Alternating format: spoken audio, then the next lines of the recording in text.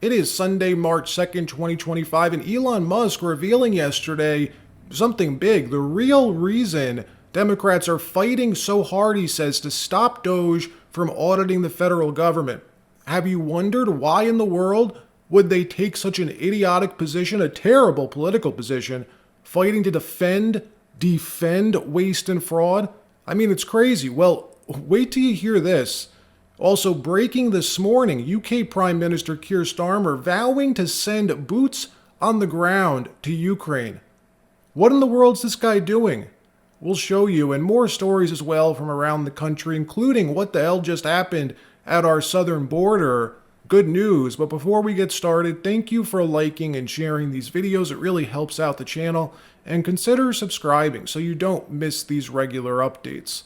Elon Musk joining Joe Rogan yesterday for a 3-hour-long podcast in his Austin studio, talking at length about what he's seen from inside our federal government, the insane levels of waste and fraud, much of it still not yet revealed, still fighting to obtain full access to all the data.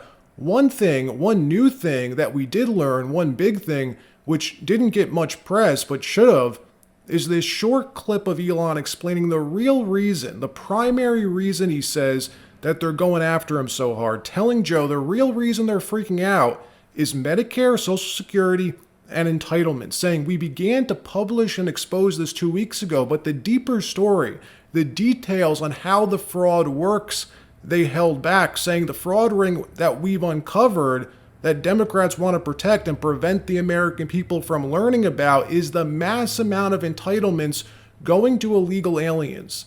Now, this is interesting, and it helps make more sense of everything DOGE published last week, explaining how when immigrants come to this country illegally, not legal immigrants, illegal aliens, they use these well-established networks, operated mostly by the cartels south of the border, but then NGOs and these cutouts here stateside. And if you've known anyone here illegally, many of them somehow obtain social security numbers, identities.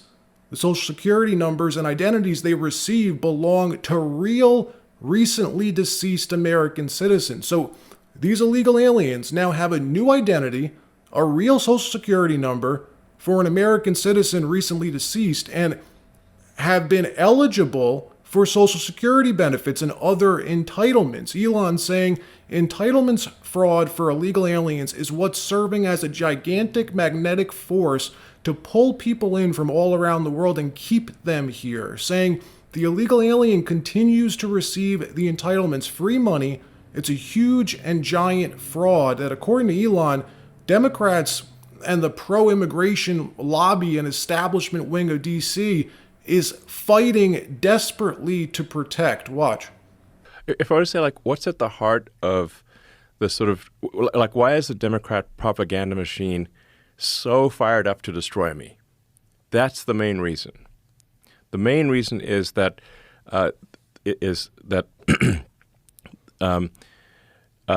entitlements fraud, that includes Social Security, disability, Medicaid, entitlements fraud for illegal aliens is what is serving as a gigantic magnetic force to pull people in from all around the world and keep them here.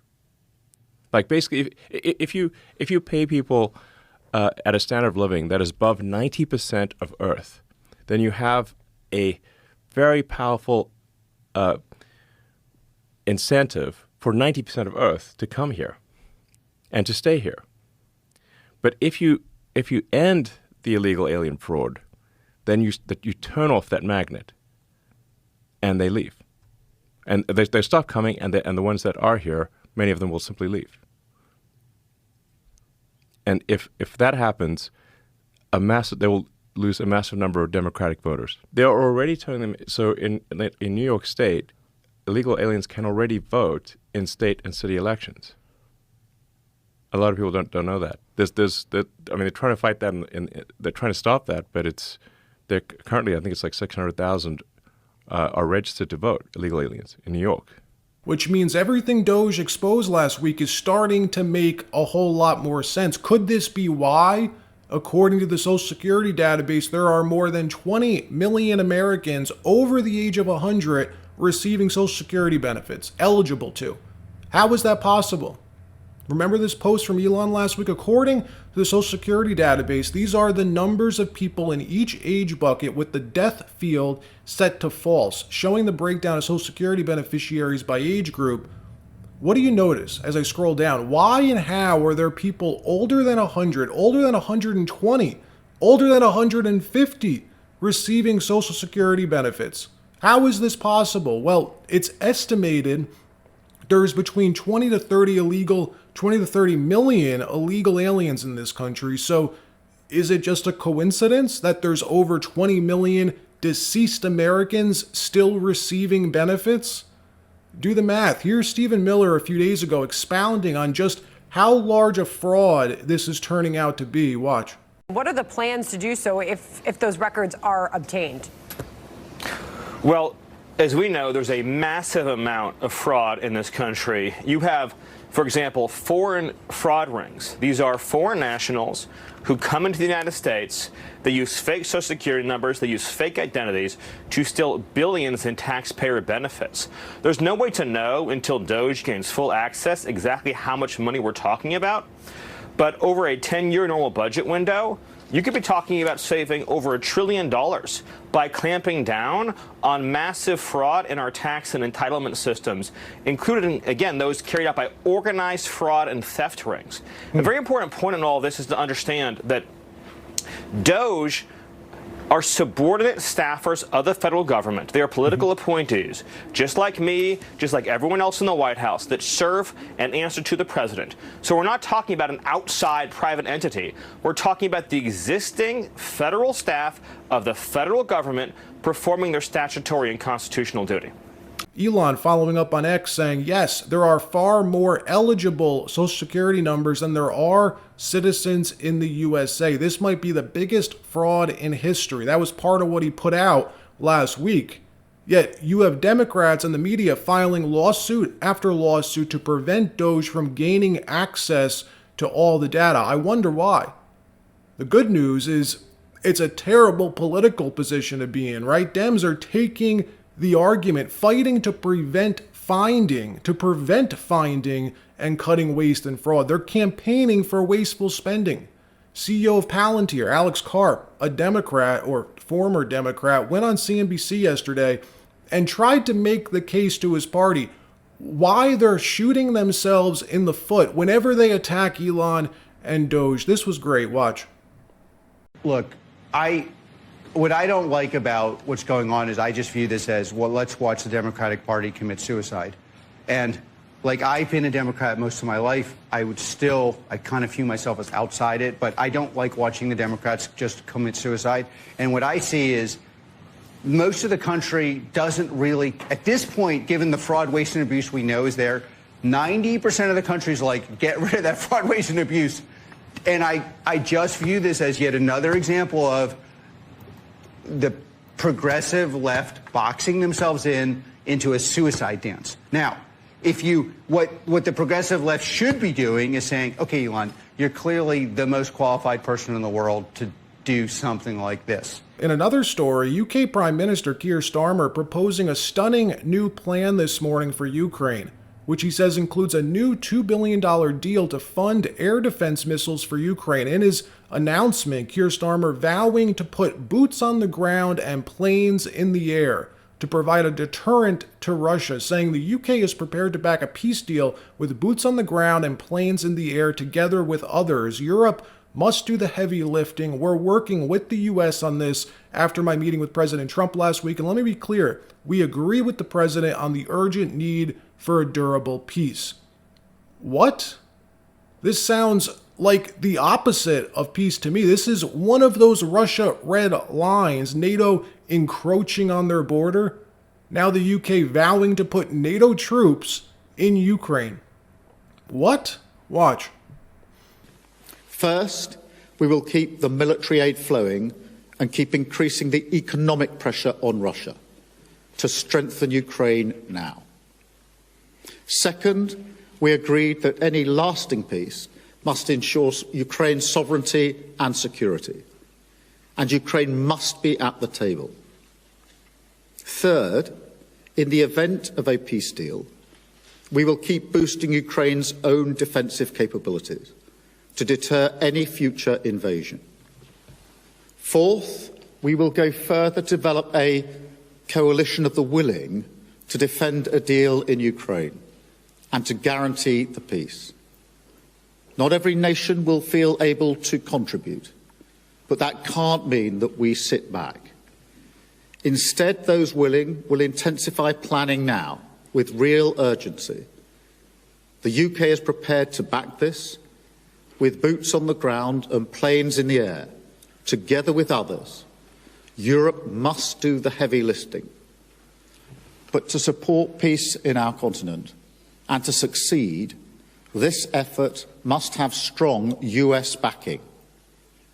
In another story, President Trump announcing this morning his plan to create a U.S. crypto strategic reserve will be moving forward, making the announcement on Truth Social and causing crypto to soar, writing, "A U.S. crypto reserve will elevate this critical industry after years of corrupt attacks by the Biden administration, which is why my executive order on digital assets directed the Presidential Working Group to move forward on a crypto strategic reserve that includes XRP, Solana, and Cardano. I will make sure the U.S. is the crypto capital of the world. We are making America great again, and obviously Bitcoin and Ethereum, as other valuable cryptocurrencies, will be at the heart of the reserve. I also love Bitcoin and Ethereum."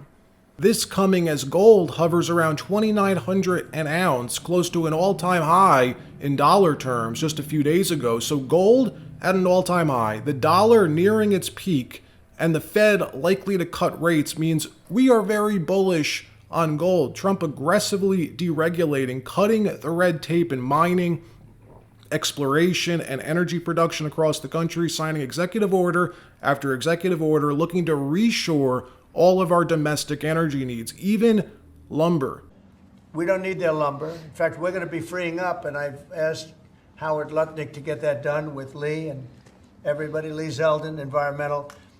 We're freeing up our forests. We're going to be able to take down trees. Right now, we're so restricted environmentally. We're going to be freeing it up with an emergency order. We have an emergency order. All right, that wraps up the news portion of this video. Now let me tell you about today's sponsor, who ties directly into the slew of executive action that we've been seeing in this new Trump administration, Gold Mining Inc. You could see their ticker on the screen, trading within a few cents of its 5-year lows set during the March 2020 global panic.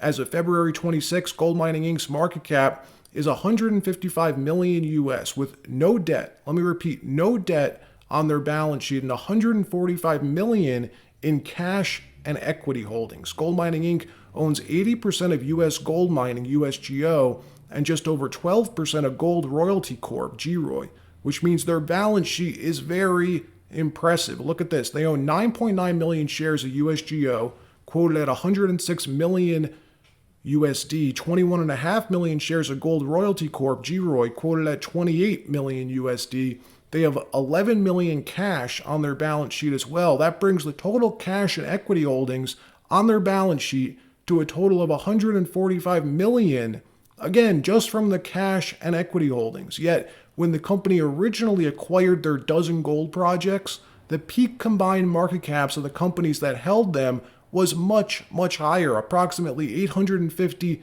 million Canadian. That was during the period of like 2010 to 2012.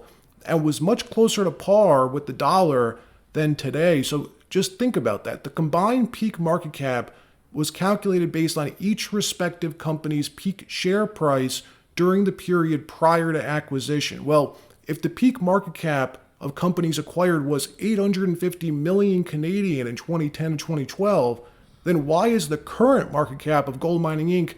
only 155 million US in 2025? Personally, I find that interesting, especially when the gold spot price is so much higher today than it was then. Gold was trading for like $1,925 an ounce back in 2011, and today over $2,900 last week per ounce in 2025. So Gold Mining Inc. owns 80% of U.S. gold mining, USGO, 12.7% of Gold Royalty Corp, GROY.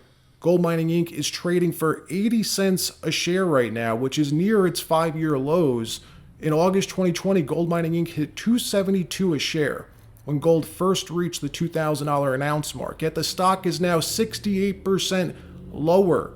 The peak market caps were calculated again based on each respective company's peak share price during the period prior to acquisition. Therefore, in my opinion, the value proposition is intriguing at today's price of just 80 cents per share USD. And when I account for everything, gold mining's cash and publicly traded stock portfolio, the company's dozen gold properties, including the 12.5 million ounces of gold equivalent estimated mineral resources in the measured and indicated category, and an additional 9.7 million ounces of gold and equivalent estimated mineral resource in the inferred category, the value proposition looks even more intriguing to me. You could see the company's website for details of individual resource estimates and particulars of underlying technical reports. So again, just to sum it up, basically there's a gap between its market price and asset portfolio, in my opinion, and this is how I look at the situation. Gold trading at an all-time high, while Gold Mining Inc. is near its COVID-19 lows. Gold Mining Inc. down 68% from its 5-year high. This is an attractive research opportunity, in my opinion, and the management team, by the way, consisting of industry veterans with decades of experience in the industry that speaks for itself. Look at the management team. David Garofalo, co-chairman and director before joining Gold Mining Inc. David served as president and CEO of Gold Corp until it sailed to Newmont Corporation back in April 2019. He was named Mining Person of the Year by the Northern Miner in 2012 and Canada's CFO of the Year by Financial Executives International in 2009. So look, do your own research on Gold Mining Inc., only providing some of the information about the company, their market, and the outlook for the next few years with this new Trump administration. All right, that wraps up this episode. Like, subscribe. We'll see you next time.